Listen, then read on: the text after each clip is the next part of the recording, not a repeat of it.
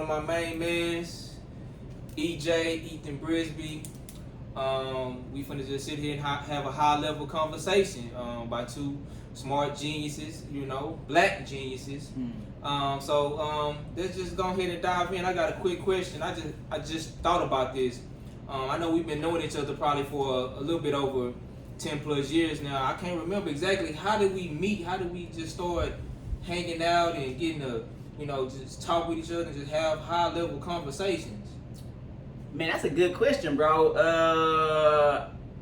I think I know I remember really kind of getting closer whenever I would see you at like our family gatherings. Yeah, that's what I was thinking before too. that, I think you still, obviously we went to the same high school, so you might know of somebody.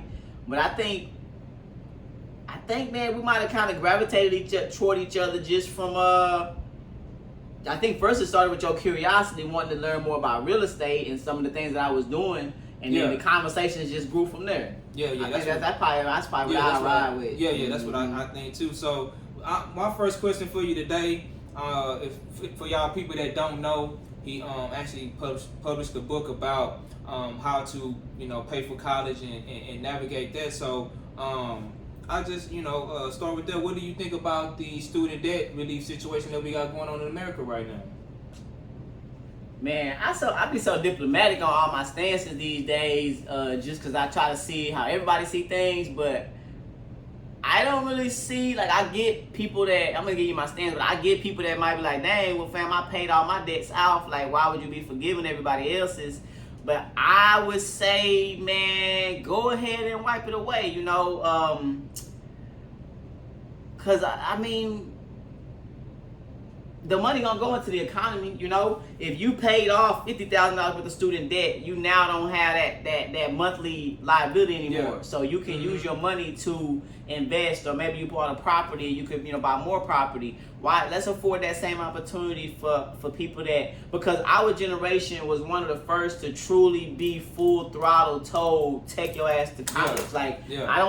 College was an option, but it became the only way. It was frowned upon if you didn't go to college, and so if you came from an impoverished background, the debt was second nature to going to college, doing as you were told. And somebody might say, well, you ain't got to do what you were told, but that was just the way it was presented to us. So I would say, based on the trajectory for life and career we were given at a young age, and so many people, especially people from low to moderately income homes that had to take out the full brunt of the student loans. I think it's worth it, bro. I don't have the economics on it. I just know some of the social stances people have, but I would say, man, you can just wipe it off, man. Let's keep it rocking. I don't know what to do after that for the people behind us, because I don't want to make college free, because I don't know, that's a whole nother topic. But I would say for right now, let people ride. Cool. I totally agree. So, another quick question. So, for the people that don't know, you went to Morehouse and you went to Texas A&M also. So, talk to the people about those just experiences going to a predominantly black school and then going to a predominantly white school. Man, two totally different situations. Morehouse was a place where it was the first place I ever really felt like I fit in. It was no matter what kind of black male you are, you're gonna find a space to fit in at Morehouse. If you can't, I don't know, what I'm saying, I ain't gonna comment on that, but I know for Morehouse, it was the ultimate black experience, because you also had professors that were black, and they have a deep rooted, they get to feel the success that you feel, because it's the whole black community that win. So it was real deep seated, and getting a chance to see the highest level of black achievement on all different levels. Being in Atlanta, being across the street from the pearly gates, Spelman. My Spelman sisters, Clark Atlanta, Morris Brown back on the yard now, these kind of things. And then going to A&M, like I said, it was a totally different situation. I got mad love and respect for Texas A&M, being from Bryan College Station. It was like this mythical place. You ride down Texas Avenue, and when you ride by Texas A&M, you look and just see this mythical place. Like people from Bryan, like even to this day, you know what I'm saying? You got like maybe less than 10% of the black people from where we from that have even been on A&M's campus outside of a game or trying to go hoop at direction, you know, literally just on campus. So going to A&M, it was like, it just fulfilled this, I ain't gonna call it a fantasy, it was just like, it was super dope. And then I was like you say, the racial aspect of it, you know, my program, land and property development at Texas A&M, you know, I was the only African American in my program, and so it was very it was challenging at times, you know, because it was very group work oriented. Coming from a very strong background at Morehouse, being somebody that was gonna be opinionated and like, you know, I already have leadership qualities. You now in these circles with people of all different nationalities and ethnic backgrounds, and so you know, they have to get used to a black man that was bringing what I was bringing. But I love both of my alma maters equally for different reasons. Man, that's dope. That's dope. So let's get into your shirt. I like my shirt too. You know, get money by income, but I love your shirt. Generational wealth starts with me. Yeah, so, that's true. That's fact. So what do generational wealth mean to you personally? You know what I'm saying? Like most people where I'm from, like we don't really know who our great grandfather was, like, cause he didn't have anything to leave, you know, just based on the circumstances. So for me, it just means being like, I want my great grandchildren to, they're gonna know my name, not just on a sheet of paper or look at the family tree, is because you know, they're gonna have, you know, trust funds, they're gonna have properties that, you know, are passed on that even that my son will build upon. So generational wealth, it's more of a lifestyle, you know. It may not even be, you know, these billions, or it may not even be multi-millions that my great-grandchildren inherit, but it's going to be a lifestyle. It's going to be a standard, you know what I'm saying, of minimums, and it's not going to be what the judge tell us, you know, is our minimum. So for me, generational wealth is, you know, breaking cycles, mental cycles, financial cycles, and then, like we say at Morehouse, you standing on the shoulders of those people that came before you. And so that's really what it means to me. Oh, okay, bet, man. I like that. I hope y'all listen to this man. He a real smart guy. I know you also, like you were saying, you into real estate. So a lot of people have been talking about, you know, the market crashing and stuff like that. So where do you see the real estate market, I say within the next 5 to maybe say 10 years? Man, you know, first of all, like right now, I never seen, and I've been licensed as an agent for 9 years, and going back to my education at Morehouse, study urban planning. So I would say for 10 to 12 years, if you want to include all my education, I've been like either learning or practicing in real estate. I never seen the prices of homes so inflated. So me either. I own a couple of properties, so that's the first thing that I seen. I'm like, dang, how is this gonna work out? Like, with so many people, the percentage of homeowners going up so rapidly, and then the how many of these people are purchasing properties at an inflated price, and then what are the dynamics within that? Does that eventually, is it a regressive approach whenever people potentially are underwater? But it was gonna be difficult for people to be underwater because the interest rates that they're buying into the past 5 years was so low. So, you know, I've really been thinking about what will the market be. I mean, you have these hedge funds that are buying, you know, enormous numbers of properties. I read somewhere where a guy said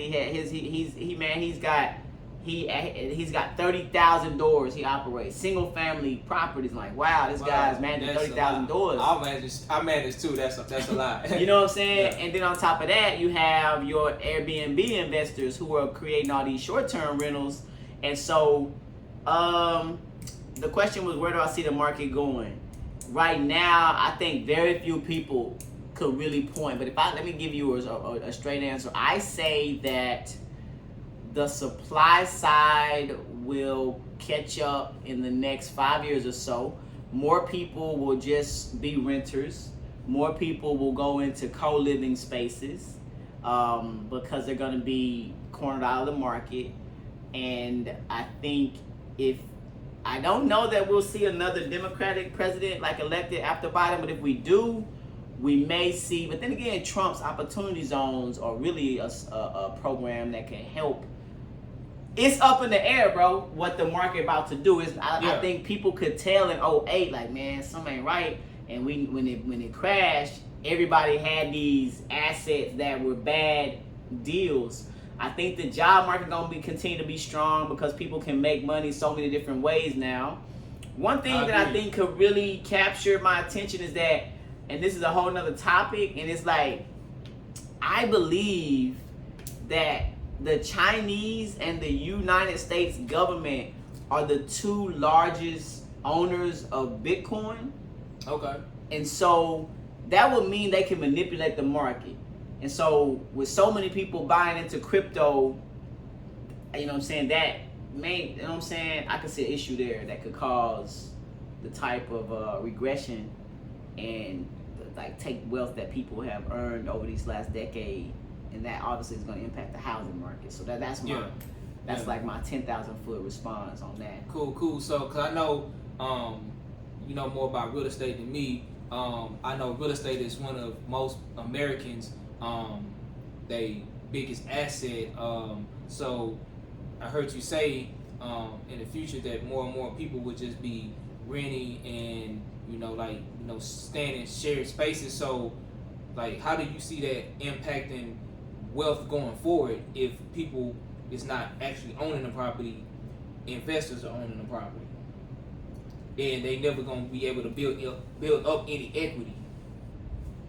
I think, as we go into the digital age, you can really build a substantial amount of income and net worth without owning property, right? You got people that making money hand over fist and trading currencies and things like that. And let's say, for example, Bitcoin does get up to 100,000, 150, Ethereum goes and follows it. We have an entire generation and a half of people that's totally sold on it. So you could be living in a 3-bedroom house, but that you don't own, but the 10, 20, 30, 40,000 in Bitcoin that you bought over the last 3 years, it could be worth an enormous amount of money in 5 to 10 years. So I think that would be the thing that would make up for people not owning property, is that you could have the cryptocurrencies really, like I say, have a chance to change people's lives just the way that real estate traditionally has done. Yeah, no, I totally agree with that. And to touch on that real quick, if you ain't or you haven't bought any crypto, please do.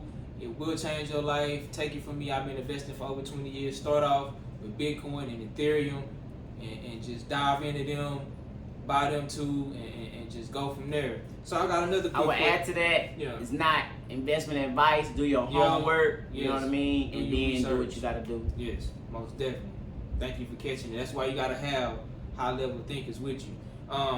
So I want to touch on, you got an organization. It's called Team Shift. Can you talk a little bit about that program and how it helps people? Yeah, so Shift started when I was in graduate school at A&M in 2011. Well, actually, it's crazy. I'm gonna tell the story about Shift, and I'm gonna tie it into like a hardship.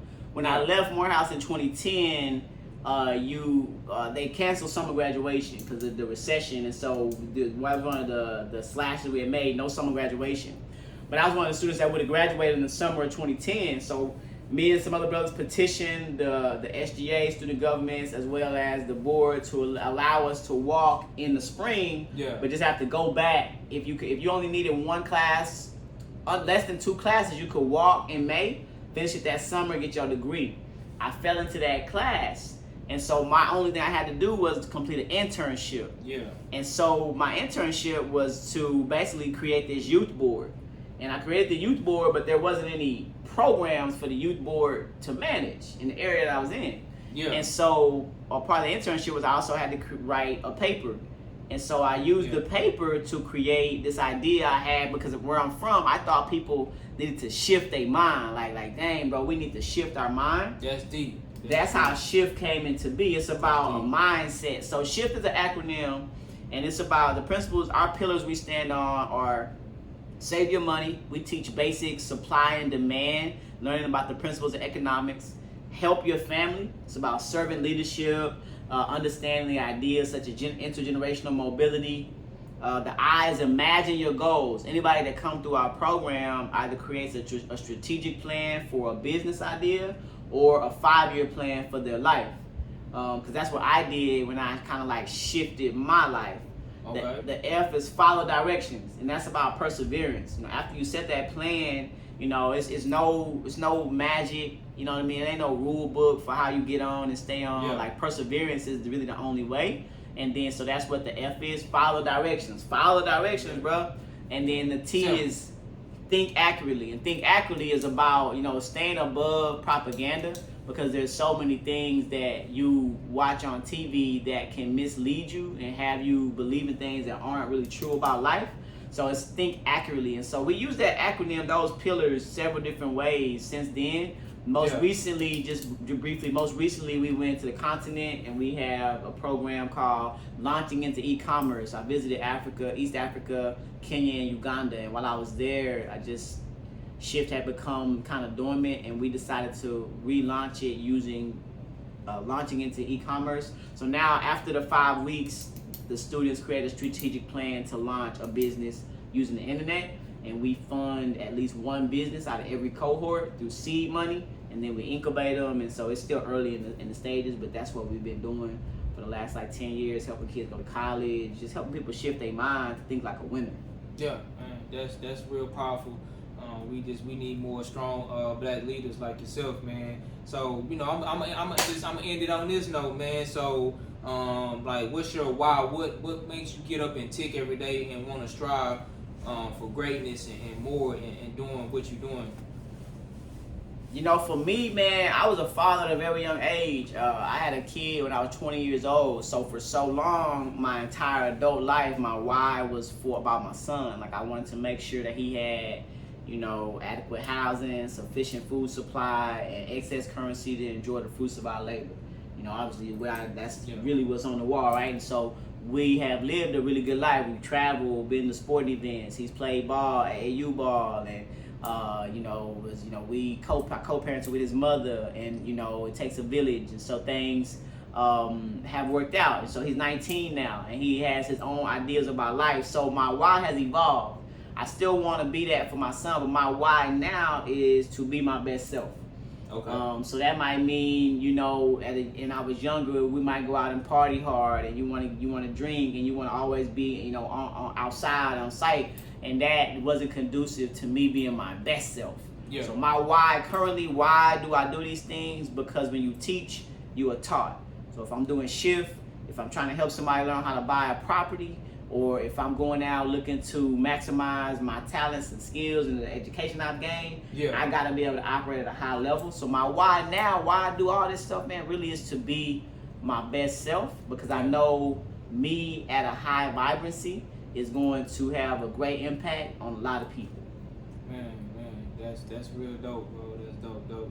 So yeah, folks, we're gonna end it right there. I'm just looking forward to this. Like I say, this episode 1 with me and my man here. We got so much knowledge over the years that we gained, and we just trying to get back to the culture. That's it, man. Man, it's all good, man. We just living. That's all it is, you know. We really just on the couch chopping it up. You know what I'm saying? Living and learning, man. That's it, man. So, man, whatever you out there doing, just always believe, you know what I mean? Because it ain't, you know what I'm saying, faith the size of a mustard seed really do move mountains. Yeah, most definitely. Y'all peace out. Till next time, we'll catch y'all. Man, holler at a player when you see me in the streets. Already.